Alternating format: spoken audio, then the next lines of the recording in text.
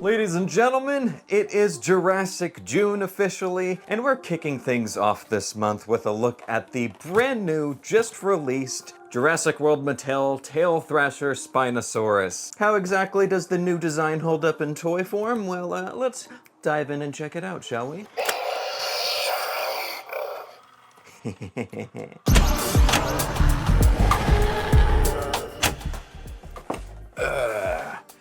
All right. I knew this thing was going to be large, but I wasn't quite expecting this big. This is a massive toy, and honestly, it's cheaper than I thought for how big it is for a toy with electronics in it. Now, I'm going to reserve my thoughts on this actual design from the movie because I'm still waiting to see them in context in the film before I cement my opinions, but I will just say, this design, at least translated into this toy form, looks really cool so far. We've got the Jurassic World Rebirth logo with Tail Thrasher Spinosaurus.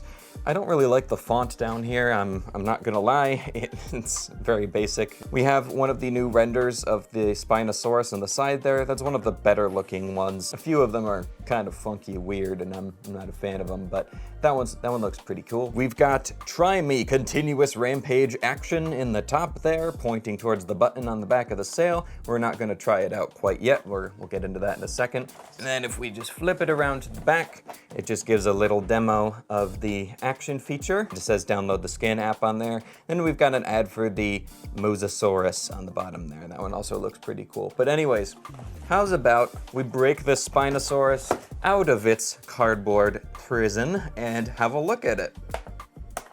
You're actually tied into the bottom of the box. There we go. There was a little tab you have to just go over there. A little tab you had to unscrew on the bottom of this foot. If you can see right in there. Yeah, look at that.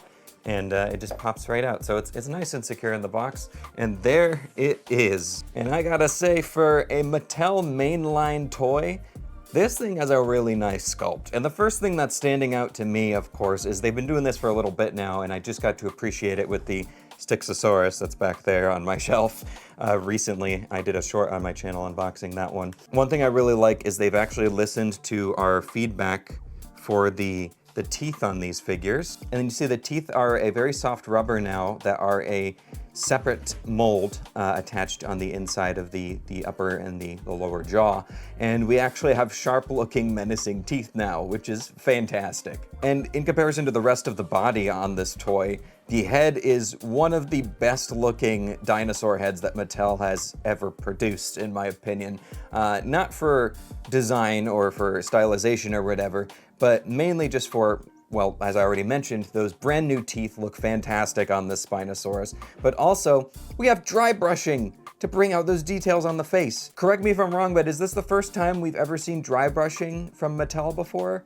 Fantastic. It looks great, and the mouth actually closes up pretty well too, which that's part of the action feature that we'll get to in a second. Then if I crank the camera upwards for a second here, one thing that I noticed when I got this one in hand that I wasn't aware about is these little spiny bits, the little spikes sticking out of the sail and running down the tail. These are all a separate rubbery material as well, and I feel like if this was Mattel a couple years ago, they would have just completely omitted these spines from the sculpt because kids could poke themselves on them.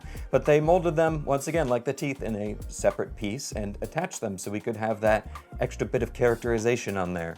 And I think that's great attention to detail. I feel like they actually put more effort into this toy. And those spikes do continue down the tail, but they are hard plastic here, probably because the tail is going to be more narrow than the sail, but still, yeah, it looks pretty good. And and for all the segmenting going on here and for the way the action figure works and everything, all of the joints are pretty well hidden. I think the most obvious one is the tail, but they did a pretty good job for just how weird the shape of Spinosaurus's tail is.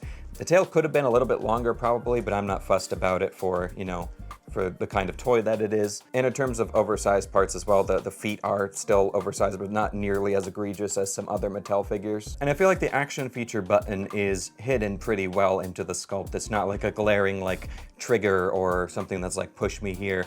And one thing I'm also very happy about is they've returned the scan codes to the bottom of the feet, which is so much nicer than having the little, even the Stixosaurus had this, where you had the little thing you pulled out of the body, and it was a glaring little divot in the side of the sculpt that sort of interrupted the flow of the whole thing. And another thing I'm noticing while I'm down here is I actually thought the claws on the feet were painted, which I was gonna give them props for, but they're just a separate plastic.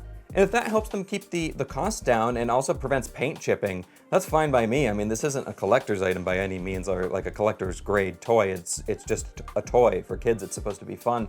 But little things like that are things I would even notice as a kid. And it is a shame the hand claws are still not painted on the front of the sculpt, but we do have proper brown claws, and they're just separate pieces of plastic on the bottom there. We'll get to the action feature in a bit because I feel like that's the best for last. You can open and close the jaw. It does have a spring-loaded mechanism in there for the action feature though, so it is going to close on its own. But if you can get it to sort of like sit in the middle like that, then it will stay open on its own. But as soon as the head starts to tilt to the side, then it's going to close. The tail is all very loose joints, so that's part of the action feature. I keep teasing it, I just want to play with it already in a second, but we'll get over this quick. Each of the arms can move forward and back like this, and then they can also pivot outwards like so. You can be like, come at me, bro. And interestingly enough, the leg articulation on this one is fully ratcheted, and you can't move them in or outwards, like splay the legs, and you also can't like fully move them forward and backwards. They just both have one tick back. That's pretty much it. And you can get it into, I guess, like a little bit of a walking pose like that. What if we bring that one back? No, you can't balance it like that. But I mean, for how sort of awkward of a shape this dinosaur is, and you know, I'm not too fussed by it because you're really coming here for the action feature that I keep teasing over and over and over again. And last thing is, yeah, you can twist the feet at the bottom there, like so. Is pretty good. No painted dew claw, but I'm not mad by that, honestly, for what this is. And okay, we've teased it enough. Let's have a look at that action feature and see how the tail Thrasher Spinosaurus gets its name. So if we just pump this little motor thing in the back here using the button on the sail,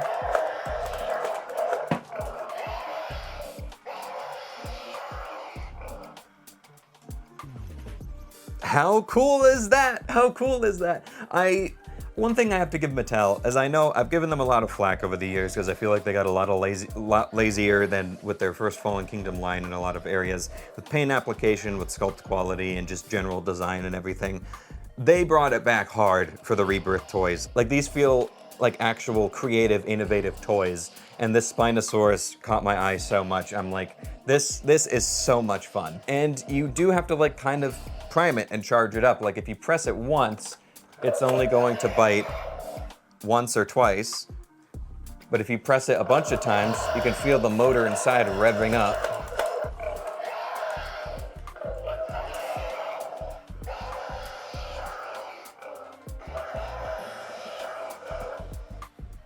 That's so cool, man. That's so cool. And this is just making my inner child geek out because, yeah, I'm not totally in the market for, you know, toys like this anymore. But when something is this cool and this well engineered, I want to talk about it because my inner kid is just going to go wild for it. And Mattel, I think, absolutely knocked it out of the park. If I was still a little Spino-Dude, Spino baby, around Christmas time, I would be absolutely feral for this. This would be on my Christmas wish list for sure. What a fun toy.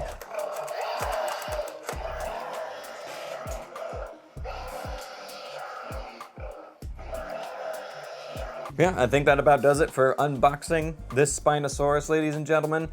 Really cool looking toy, really cool actual toy to play with. The action feature is just great.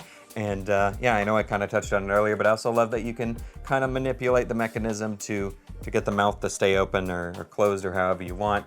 Not as much articulation or posability in the legs, but that's perfectly fine. This thing is going to be sturdy. That is a solid ratchet joint, so it's going to be nice and balanced on your shelf for sure. You can see me struggling to pose it properly there. And in case you're wondering how big this one is, because the size of it did very much surprise me. Let's break out my broken tape measure here that I still haven't replaced.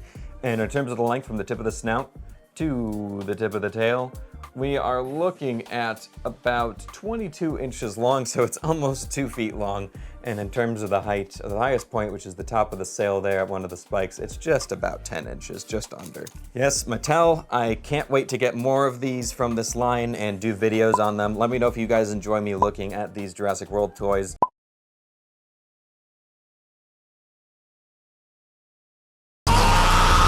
It's an area of the collecting world that I want to be passionate about exploring more on the channel and in talking about more, but I do really feel like Mattel just fell short, and they had a lot of just boring figures and visual design and toy design wise for me over the years.